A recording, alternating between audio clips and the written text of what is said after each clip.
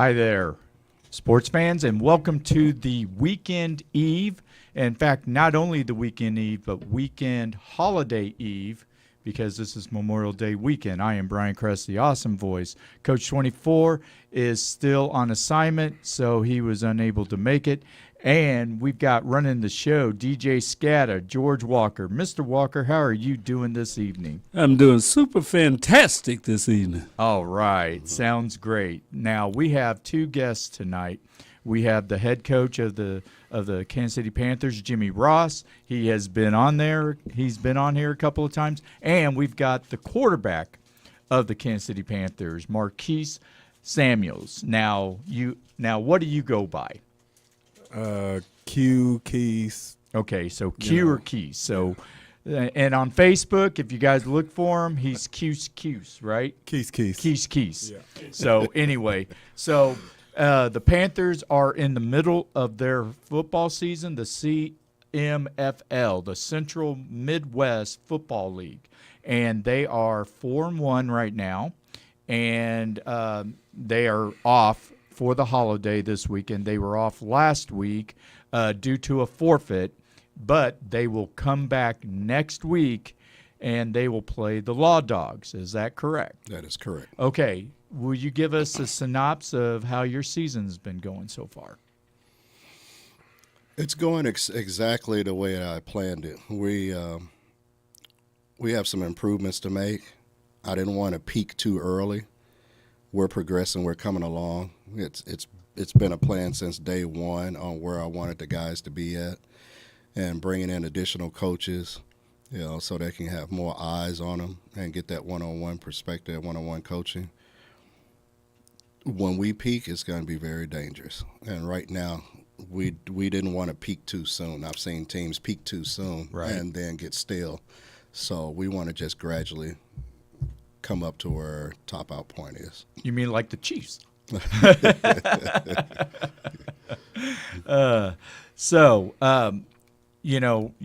4-1. You had your first loss. Your first loss was the first game of the season. What have you learned, or what have you done to improve from that first week loss? We wanted to open up the playbook a little bit more, for one. The preseason game and leading up to that allowed us coaches to see who can do what. That first regular season game, playing the team that was nationally ranked, allowed us to see them a little bit more how they would deal with adversity. I'm very proud of how they dealt with it. We were in that ball game. Right. One of the changes that we made was to bring in additional coaches. We just didn't have enough eyes. Right. It's a good mixture of veterans and rookies and second-year players. So when you look at it, the ratio of first-year and second-year players, they're still young. Right. And you have to put more attention. You have to really coach them up, because they come with a lot of bad habits from previous programs. All programs aren't created equal. Right, exactly.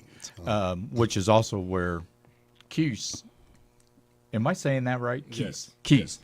It's where you found Keys. Now, Keys, where were you at when Coach Ross found you?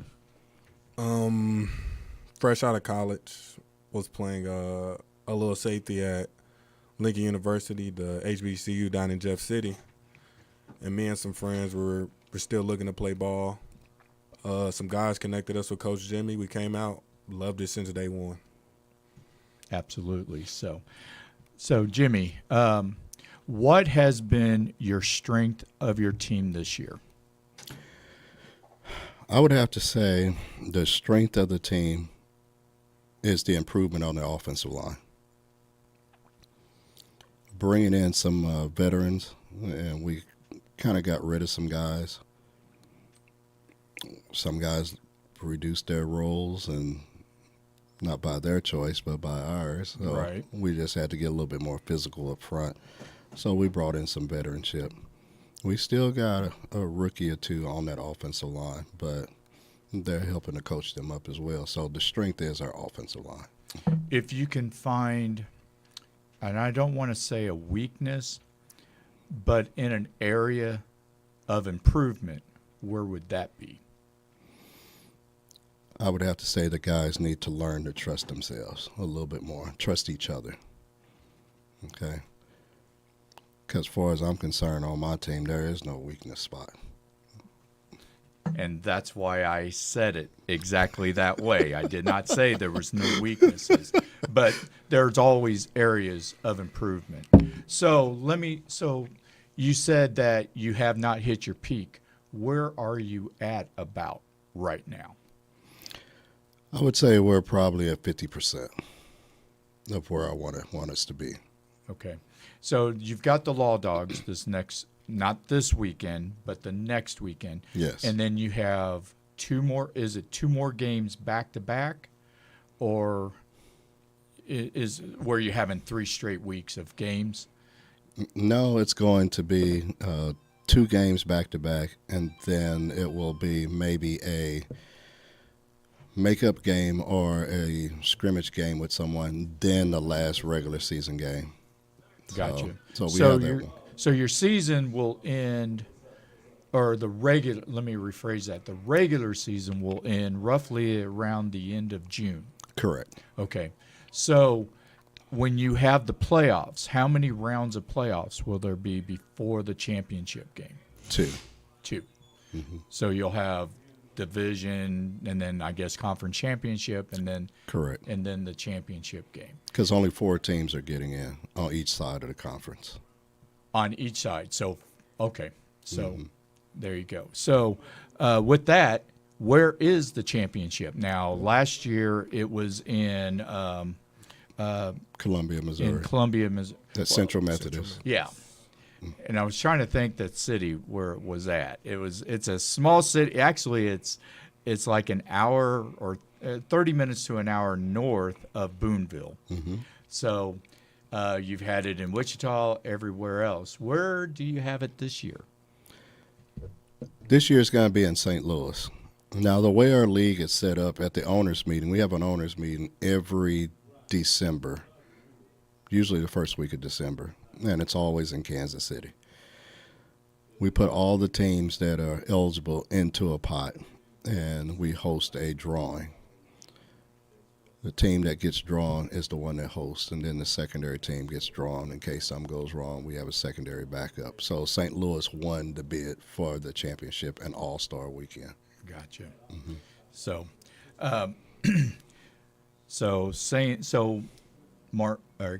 Marquise. I'm just going to say Marquise. It's easier for me. QB1. QB1. There you go. QB1. So QB1, when you came here last year, what was your expectations? When I came here last year, from what I hear, I was filling big roles from the previous quarterback they had in the years before. And I feel I still have a lot of improving to do. But at the same time, I bring a lot to the table with my ability to play football. So what do you say is your strength in playing football?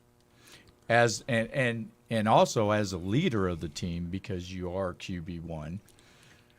The strengths I bring on the field is being able to use my legs when things break down. As a leader, making sure everybody's attending practice, we're there every day. No matter who's there, who's not there, we're getting work day in and day out. Can I piggyback off of him? Yeah, absolutely. What I believe his strengths are? Okay. He has displayed good leadership qualities in multiple ways. One, I saw him being a leader just last year when he was a rookie. We took a beating of him at preseason game. And there's one thing that he said in the locker room. He said, guys, you don't see me quit, you don't quit. You don't see me getting frustrated. I'm going to keep balling.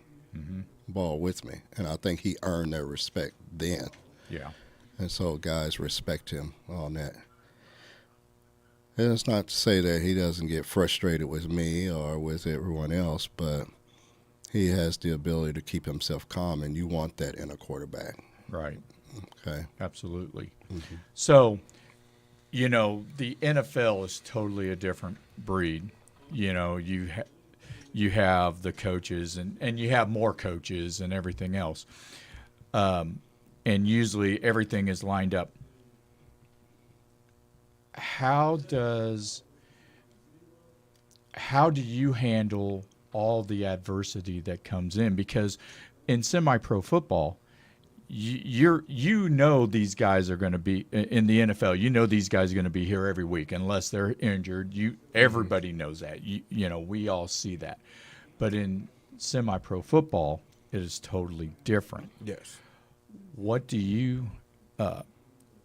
see in there that you have to address? Really, we have the talent. It's just really getting people to show up. That's really where we struggle a lot, is getting people to show up. And when we do get people to show up, we actually do what we're supposed to do, come together as a team, practice games. Even outside of football, we're always with each other. So we're building every day. Absolutely. So, and I was trying to think of exactly how I should say it. So, Coach, actually, you guys will be leaving at 6:30 because you will be attending practice, which I will shortly after the show. So, how hard is it to try to get everybody together? Because you got people who have jobs. This is not the NFL of the 1960s where they had part-time jobs doing the NFL. That's a full-time thing. Whereas this, you liked it to be full-time, but you also know the reality of everybody has jobs and everybody's got responsibilities off the field and everything else. How difficult can it be to try to get all that together, and what do you do for that? It is very difficult. What most people don't realize, as the head coach, there is always an itinerary. I always have an agenda of what I want to work on. And then you have to understand that agenda changes instantly when you realize that emergencies pop up, traffic's bad, people can't make it. These guys have hours of work at different times. And some of them get there, halfway through practice. Some of them are 5 minutes late, some are 10 minutes late. What I always try to tell the guys is, when you get there, act like you're late. And that's when you'll hear me fussing or yelling or blowing the whistle, let's go. Because you can be there for the full practice and your effort was little. You can be there for 45 minutes or an hour and put in more work than a person that's been there for 2 hours. So it's what you do when you get there. That's the reason why it was important to increase the numbers from last year. Last year was the phase 2 of rebuilding this program. So you got to figure last year, that was when we had people like KUAW that was rookies. We played with 30 rookies and 8 veterans last year. That was phase 2 because I cleaned house that prior year. This is phase 3. And phase 3, we're locked and loaded. Gotcha. So you get the numbers up, and then that way you can be able to next man up and then be able to run your itinerary at practice. So last year in this transformation, and am I saying that right? Transformation. So what was some of the things that you had to do to adjust for you? Because you're the seniors person when it comes to coaching team. You have been there longer than everybody. You're kind of like Andy Reid and the Bill Belichick's. You're too kind. But you have been there for so long. What adjustments did you have to make? Last year we had to keep it simple. And this is no offense to my ball players, but as coaches, I said we got to dumb it down. Okay, a lot of these guys, this is their first time playing. You got to figure they're still kids to me. So some of them never played college ball, and they were fresh out of high school. Well, another adjustment that we made, I wasn't afraid to put them in the fire to play a nationally ranked team like that last year with a bunch of rookies. I wanted to see how they were going to respond to that. And they responded the way I wanted them to, which was they wanted to get better and they wanted to fight. That's why we went 5-3 last year and made the playoffs with a bunch of rookies. I stand on that record and proud of that record. One of the other things I had to make my other coaches realize, don't be afraid to let these guys make mistakes because it offers teaching moments. Right. And the other thing is to remain calm because if the players see me rattled, then they're rattled. Right. Exactly. So in previous years, would you have had a harder time trying to play rookies? Or how would you have done that? No, because this organization, and I brag on this organization is better than a lot of organizations in being able to do that. We've never been afraid to play new guys. You know, you have to let them play in order to be able to show them what they're doing wrong and also to be able to validate the reason why you put them in the spots that they're in or why that they're not getting the playing time, why they're in the number 2 spot and not in the number 1 spot. You have to. Football, all players are ego-driven. Everybody thinks they're that man. Okay, so you have to allow them to have time so that you can show them that, yeah, you are, but you can be better, or no, you got some ways to go. Yeah. As some of those players, and some of them are mature, but there's also some of them that are immature. How do you try to get the one players that just don't get it yet? How do you try to get them on that same page with the players that do get it? There's multiple ways of doing that. It depends on the person's personality. That's where you really have to know your players. One player, I can get in his face and yell at him and tell him, okay, get it together. Another player, I can turn my back on him and not say anything to him, and he's going to beat himself up and wants to get back out there and make a play. And then another style of personality is you question them and say, what did you do wrong? What did you see? What could you do differently? Okay, let's go. That's knowing your personnel. Individuals that do not conform eventually will cut themselves from the team. The vast majority of times, I've seen ball players that came in that no one wanted. Nobody wanted them. 3 years later, they're all-stars. They're playing lights out. Now everybody wants them. That has been the success of this organization because there's not another organization out there that can't say they had Panther players that were coached from over here. Okay. So you have the great ability, and I'm saying it as asking questions because I know you. We've known each other for 20 years. I have been associated with this organization for that long, but how and this is the old part that I am. I'm old, so I have a question and I add on to it and then I forget. But how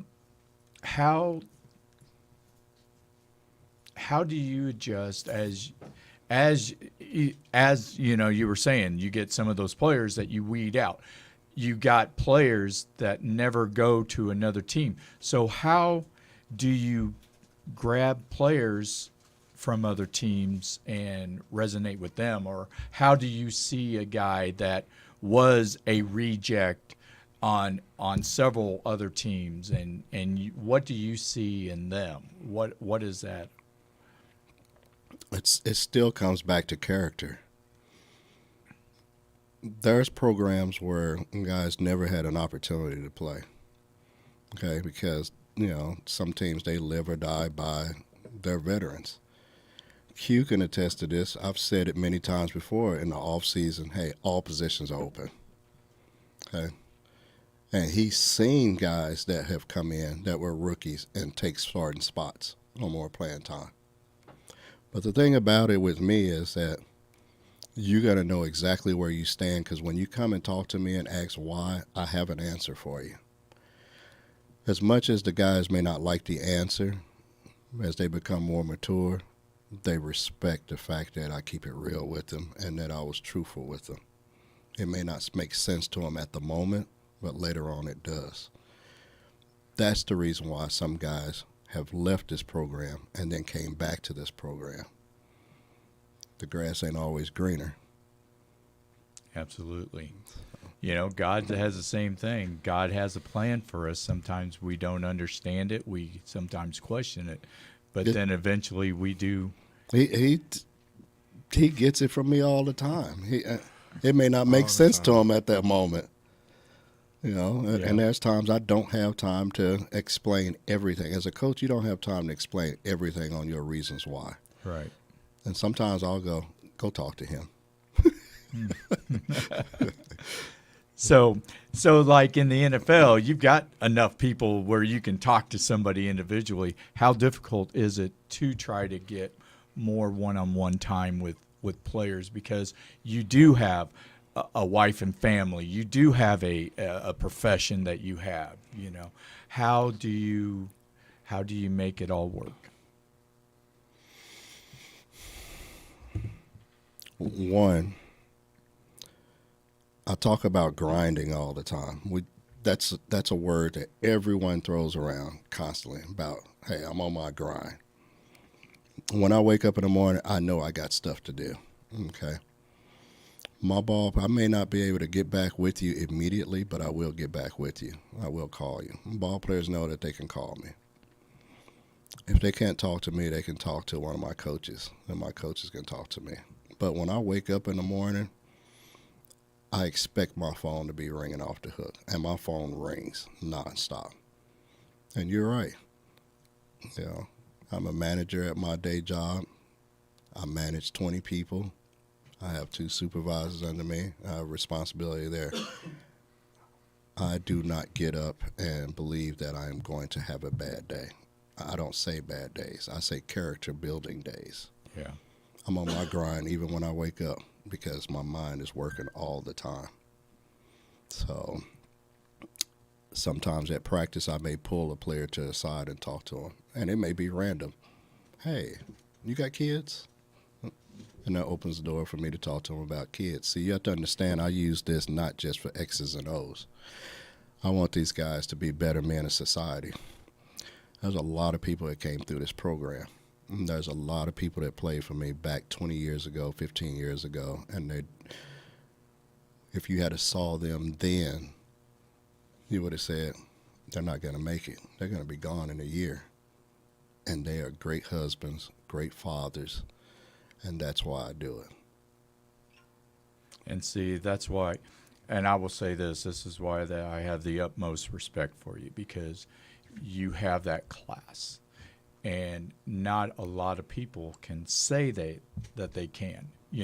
Maybe they will say, yeah, of course, but that's how I feel about you. You are an outstanding man. You are, you were talented in football and all that, but that's second to everything else, the important stuff, and I cherish our friendship with that. Thank you for that. Now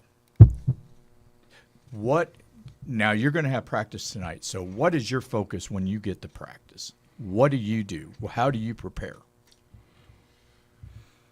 I prepare, make sure my guys are straight. It's not really I and team, so I make sure my guys are straight before I make sure I'm straight.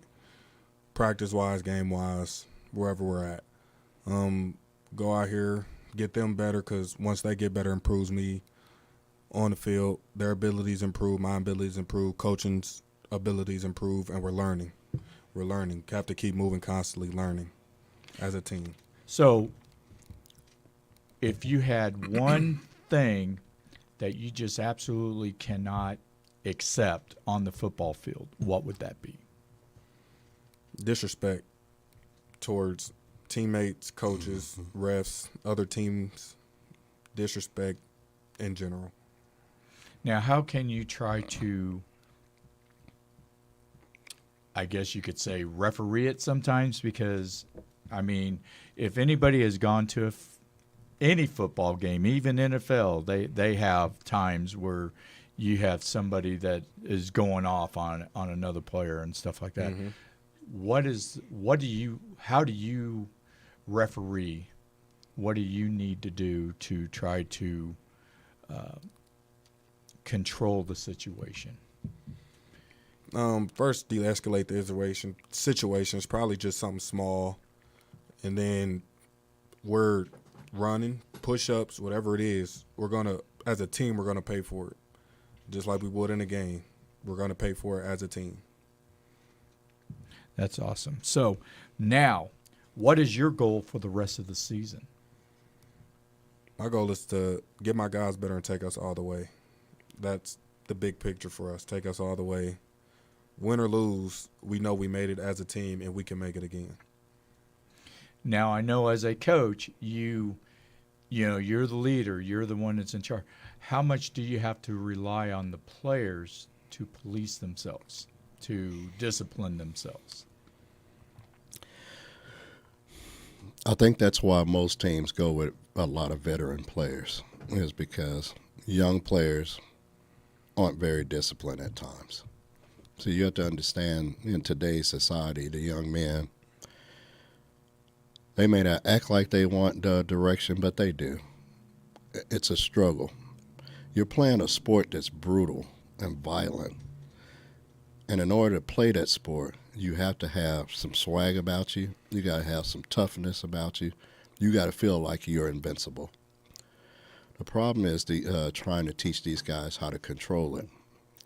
Even if they're not playing football, young men today need the next man that's older than them, that's wise. They need wise counsel to be able to help them navigate through controlling their tempers. And you have to realize that when you're reckless and you don't control your temper, the prison system, the cemeteries are full of people that made the wrong decision. And those people that are in prison, a vast majority of them wish that they could have did one thing different instead of trying to defend their ego. We have to learn how to know when to fight and to fight the right way. We got to start learning to fight with this. And too many times, with football, it should be over when the whistle blows. Right. And that's the struggle. Mm-hmm. And most people accuse me of having a little bit more patience than others. But I've seen it. I've seen it in the past where people, like I said before, that play for me, unless it's absolutely no way and that person has had multiple chances, then I will get rid of them. Right. But other than that, people have given me opportunities in life, not just with football, for as jobs, for as relationships. And so I want the best for these young men, and sometimes it requires having to repeat yourself over and over again. And I'll repeat myself over and over again. If they're not part of this gang of football, they're going to be running the streets and be in somebody else's gang. Yep. That's why I do it. And that is awesome. And like I said, you have become the father figure. Yeah, because look, there are some people who have had adult male figures, and there's some that haven't. And I know how difficult it can be because I've seen it. Mm-hmm. You know, you've seen it too. He's still. You're still very young, so you may not understand it the way we will because we are 1 or 2 years older than you. Only 1 or 2 years. All this gray. I'm talking about 1 or 2 years.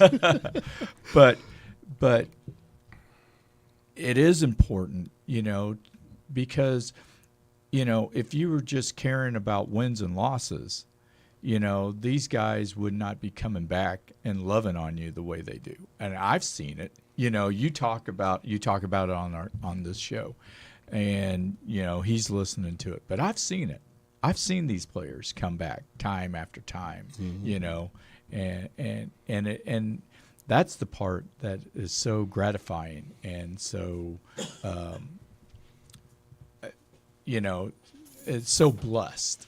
And it just and you want to see these guys do the best. And sometimes you're right. You sometimes want to pull what little of hair that we have on top of our heads out of frustration, but eventually they will get it. And and the fact that you are patient, and it just makes it that much even better. So anyway, one last thing. What is your goal? What do you need to do to achieve the goals that you have set for this year? Well, stay the course. And the reason why, because as coaches, we do sometimes second guess ourselves. And we want to shift directions probably a little bit too fast. Stay the course. Stay calm. Encourage the ball players. And I think at this point right now, bring the intensity up a little bit more. Q can tell you that lately I've been on them about the details.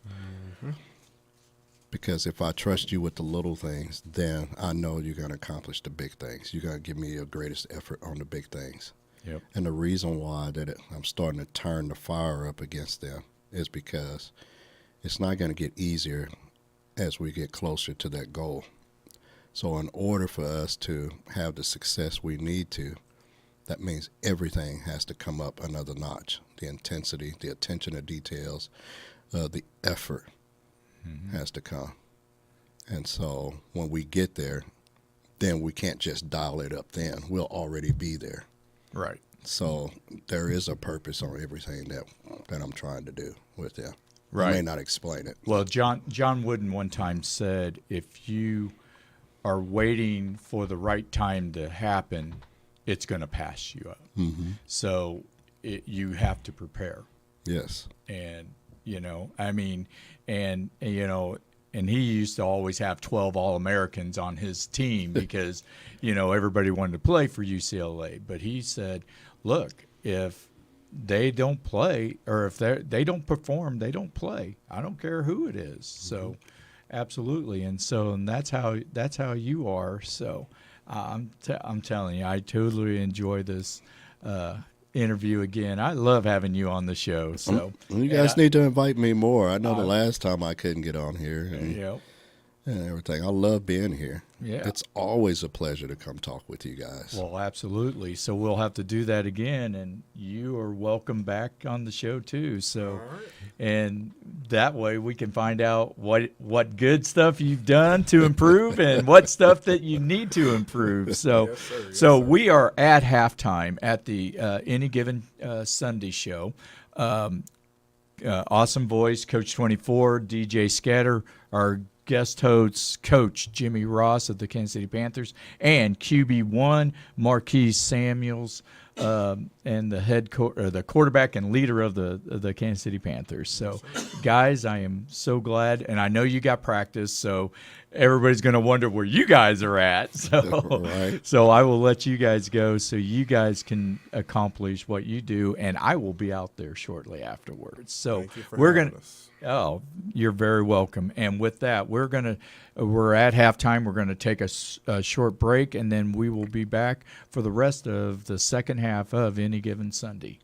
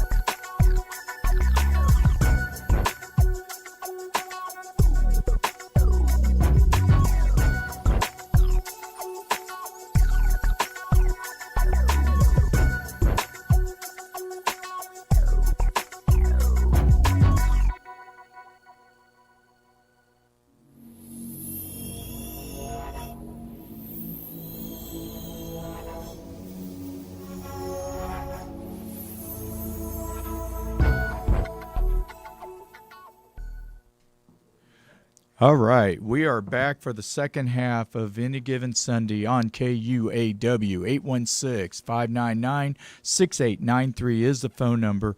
If you want to call in and ask any questions or make any speak your piece from the interview that we had with Coach Jimmy Ross and Marquise Samuel, QB1, feel free to do it. DJ Scatter will be more than happy to answer your phone call. So we were talking about semi-pro football, and I really feel that this team can make it to the championship game. I'm sorry, I'm a little disorganized. So anyway, but I really feel that they can go to St. Louis, play in the championship game, and I will be there to announce. Now, there's a guy out there named James Skinny Ward, and last year we did announcing. We did it together. I mean, we just met maybe like 5-10 minutes before the All-Star game, and we just hit it off. We were like peas and carrots, man. We totally rocked it. And he's from St. Louis. He has a show, and I can't think of it right now because obviously my mind is my brain is going fogging out on me. We'll have to see about teaming up with him and you on Zoom. Yes, absolutely. See if we can get y'all to do a show together. Ooh, that would be awesome. I would definitely love that. Now, I love Coach 24 here, but I know that he is always busy. So, and it's totally okay. Hopefully next week he'll be here with us. So, I definitely miss him and. Hope he's doing well. I know that he is trying to find some good players that will come to the Royals, but he has got a task. I'm telling you, Jimmy Ross has a task of trying to win a championship in semi-pro football. Is nothing compared to what Coach 24 has to do in trying to get some players that will play for the Royals and become winners. So. Absolutely, and the Royals are just totally they did not lose today because they did not play, and I want to say that they had a 2-game series with the Detroit Tigers. I can't remember if they played Monday or not, but I know that they played the last 2 days and they lost. So. And they probably did play Monday too, so they probably got swept by one of the worst teams in baseball. And as DJ Scatter is checking it right now, so and what do you have? Tuesday they won 4-1. Oh, they did win. Oh, that's right. That's right. Nick. They lost yesterday. Yes. Wednesday, but they won the first. Okay. They split it with them. Oh, so it was a 2-game series. They did not play on Monday. No. Okay. Now, did you hear that they have a 2 days off in a row? They have a Wednesday and a Thursday off this year, and they have a Sunday off. They do not play on a Sunday. Now, it's on down in the season. Okay, because tomorrow they're playing the Nationals. Washington Nationals. And they are playing them here or in Washington? Let's see. So that looks like a home game. Okay. So 3-game stretch here. Okay. So they will be here at Kauffman Stadium Memorial Day weekend. So definitely do that. So you know, guys, I have already been to a couple of games.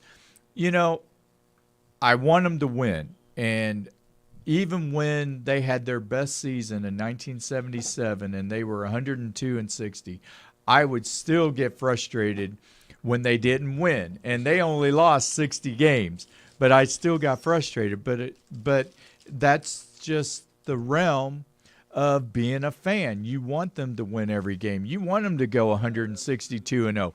It's not going to happen, but it doesn't stop you from going, I want them to be undefeated. So, but you still need to support them. You still need to go out there and watch them. It's still a great, a venue to go out, and you can meet new people and hang out and bring, your family, your friends, get together, hang out. It's just a good time. And it's not really that expensive to do that. So, now I would, but I am working Saturday because I always work on Saturday. But Sunday, my father is having a birthday. He will be 83 years old. So Charles Kress, Chuck Kress, my dad, I love you dearly, and I just wanted to do a shout out for your birthday. I love you very, very, very much. You are, how you always have to have that father figure, and my father, he grew up. I thought I had a bad childhood.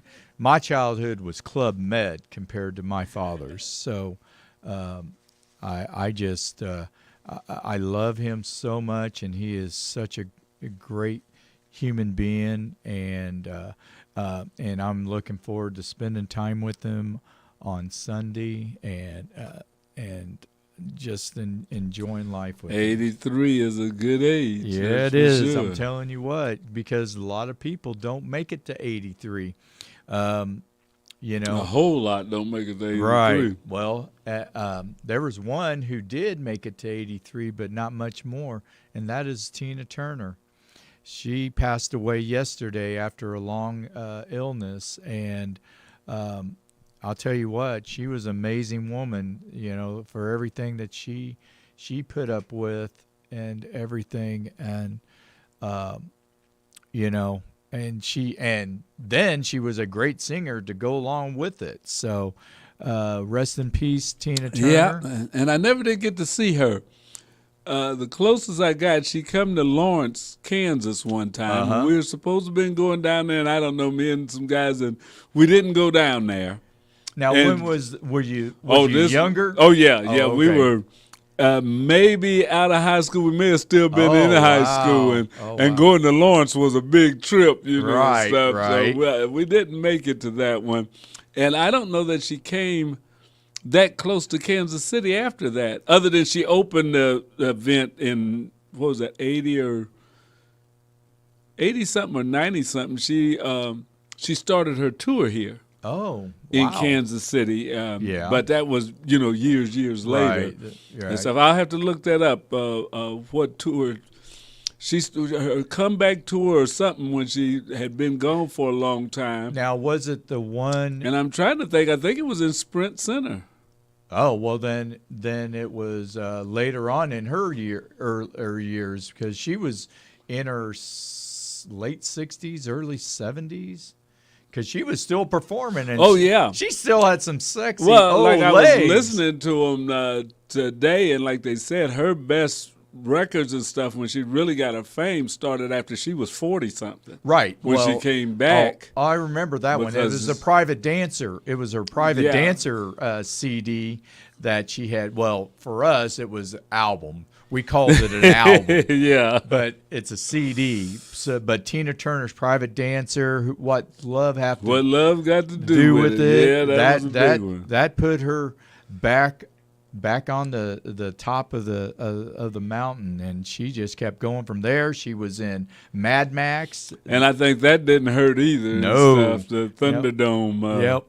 I bet she could calm down Mel Gibson, because he had that rough temper. So, absolutely. But yeah, she's just she was an amazing woman, and so she later on in her years she lived a great life. So, absolutely. And Jim Brown, because I was gonna say, how old was Jim Brown? Jim Brown was 87 years old. Okay. He was born in 1936, and I want to say his birthday was in February.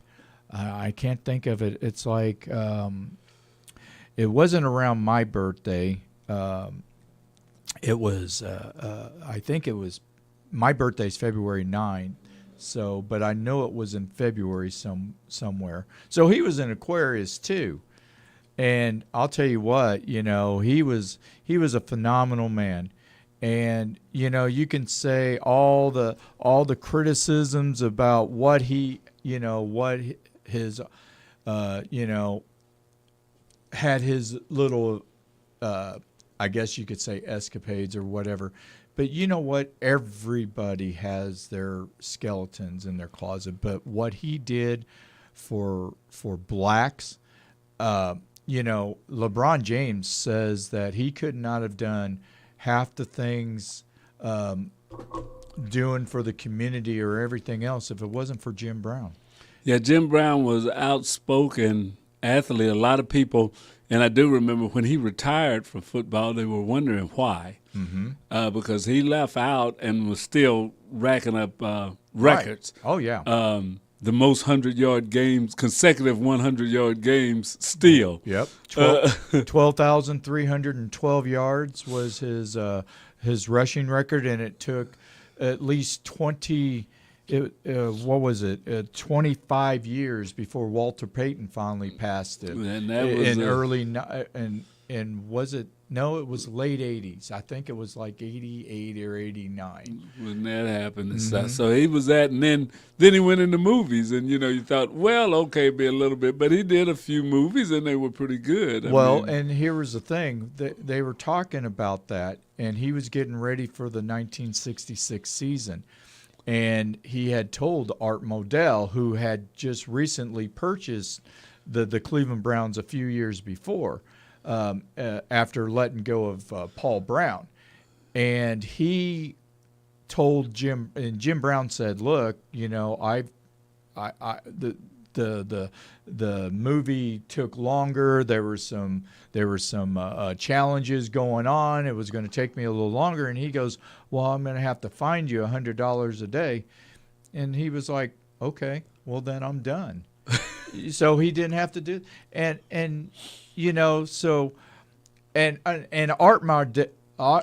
Mondale was, later on in the years, he was hated by Cleveland because of the fact that he deserted Cleveland, went to Baltimore, but at that time, I think he was hated at that time too, before letting Jim Brown go in his prime. I mean, he wasn't even 30 years old. Yeah, that's what I mean. It was kind of like all of a sudden he's not playing football anymore. Nope. It wasn't like he had a bad season or had a big injury or anything No. like that. Nope. And they said he quit to go make movies. And, Right. And ended up with a decent career. Because as a football player back then, you weren't getting rich. No. It wasn't like you could retire. Now, if you had his type of yardage and stuff, 7-8 years, you'd have enough to live the rest of your life. Heck yeah, he would have been the highest paid player in back football. then, if you made $100,000 a year, right, you were really doing something there. And stuff. Absolutely.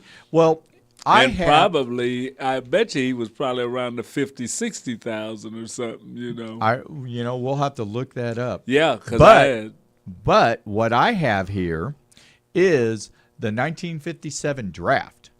Now, he dropped all the way to 6th. I thought he was the number 1 pick, and he was not picked. There was 5 players that were picked before Jim Brown. And kind of sounds like somebody named Mahomes, huh? Mm-hmm. Yep. Absolutely. So here is the draft of 1957. You have Paul Hornung. He was a running back from Notre Dame, and he was drafted by Green Bay. And then you had John Arnett, who was a running back, and he played for the Los Angeles Rams, and he was from Southern Cal. John Arnett, Jon, and then Arnett. The Rams with the number 2 pick, and he played at USC, the college of running backs, and I think he was one of the first running backs, that started the host of all the running backs, Ricky Bell and O.J. Simpson, Mike Garrett. Those are guys. Those are guys even before Marcus Allen. And then you have John Brody. He was the quarterback. He was drafted by San Francisco. He played at Stanford. So, I mean, I could see that because he played at Stanford. He played for San Francisco. He was a hometown boy. I get that part. Then you got Ron Kramer, who was an end. And at that time, you didn't have wide receivers. You had end. And it wasn't even a tight end. He was an end. And he played at Michigan. And so he did. So Ron Kramer, he was drafted by the Packers too. So, could you imagine if Jim Brown would have been drafted by the Green Bay Packers and you'd had him and Paul Hornung? Oh my gosh, they would have won more titles. And maybe Vince Lombardi wouldn't have left to go to Washington, though he didn't last very long because unfortunately cancer took him and he passed away in 1970. Number 5, this name you may remember. I don't know, but he was a quarterback from Purdue. He was drafted by the Pittsburgh Steelers by a guy named Lenny the Cool Dawson. Oh, wow. Yep. So Len Dawson was drafted before Jim Brown. And then number 6, Jim Brown. He was at Syracuse, running back, Cleveland, one of the best lacrosse players ever. He was phenomenal. He said he loved playing lacrosse better than he did football. And actually they made rules in lacrosse because of Jim Brown, because he was so phenomenal in that. Wow. Now, do you know that when he first went to Syracuse, they did not give him a scholarship. They told him that he could come on to the school, and it was a booster who paid his first season, and then they thought maybe he could play. Then they gave him a scholarship, but he still didn't play. He didn't start.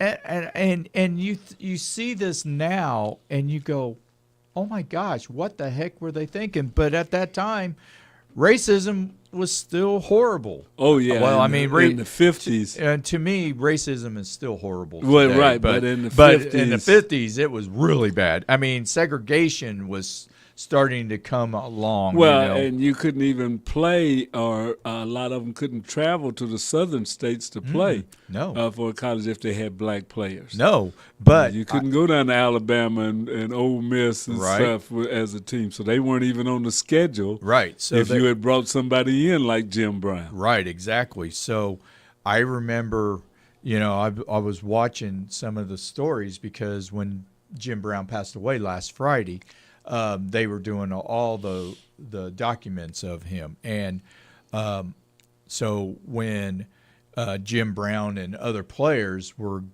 down in Florida, they were like, oh, you can't come into this hotel. And Paul Brown said, this is the Cleveland Browns, and they will come in here and play. So they did get to go to the hotel, but they told them that they couldn't go outside. They couldn't go outside. They couldn't go to the beach. They couldn't go to the pool. Yeah. And Bobby Mitchell said, Can't be seen. No, you can't be seen or heard, I guess, either. And so Bobby Mitchell said, I would look at the water and like, oh, my gosh, the water is beautiful. And they couldn't go out there. And to me, that is so sad. Yes, very, very much so. Hey, just for a quick throwback, Tina Turner kicked off her 2008 tour at Sprint Center in Kansas City. Oh, wow. 2008. October the 1st, 2008. So she was 68 years old. That's what I was thinking. She wasn't if she's 83 now. Yeah, that was 15 years ago. So when in 2008 was that? October. Now, who performed with her? Do you know? It doesn't say. who opened or who was traveling. Well, it might say it farther back, but I'll let you know. I'll pull that up. Gotcha. So, but yeah, I just wanted to, you know, talk about these two amazing performers and human beings. That's the part that everybody needs to realize. I mean, yes, they were great performers. You know, Tina Turner as a singer and dancer, and Jim Brown as an actor, and a football player, lacrosse player, and athlete. But these people were amazing people. They were amazing, and they. You know, Jim Brown, when he got the gangs, because he was so tired of seeing all the gang members, and they were saying, like, there was so many gangs, and I want to say there was like 200 something gangs, stuff like that, out in L.A., and he was able to talk them down to, at least they dropped down to 40 after, you know, being with them. And there was one guy, and he does in the movies, he does something behind the scenes, but he said that if it wasn't for Jim Brown, he would probably either be in prison or he would be 6 feet under. And I mean, he just flat out said that, you know, and it takes a person like Jim Brown, because you got to have the testicular fortitude to do something like that. Yes, women can also be productive in that way too, but men, you know, you got to have that it, and Jim Brown had that it, and I'm telling you what, he was an amazing man, and just rest in peace, Jim Brown and Tina Turner. And with that, we are at the end of Any Given Sunday. So we've had a great show, and great host, great producer, great guest. Well, I'm not going to say I'm great, but you know, and the great awesome voice. Oh, I'll say it for you. Okay, well, thank you. I greatly appreciate that. But you run the show. You're behind the scenes and make everything work so we can have such a great show. Coach 24 is awesome too. He's not here, but he's still awesome, and I hope he has a great holiday weekend too. And hopefully next week we could golf. We haven't golfed. I haven't swung a golf club in a couple of weeks, and I probably suck as worse than what I am now. So, but anyway, I hope everybody, you know, respects the reason why we celebrate Memorial Day weekend is the veterans who risked their lives and put their lives on the line so we could have our freedoms and enjoy the luxuries of life, and be with your families, be with the loved ones, your friends, your family, just enjoy your time with them, because life is short and you don't know when it's going to end anytime. And with that, I am Brian Kress, the awesome voice. Be awesome, not angry, and you guys have yourself a phenomenal sports holiday weekend.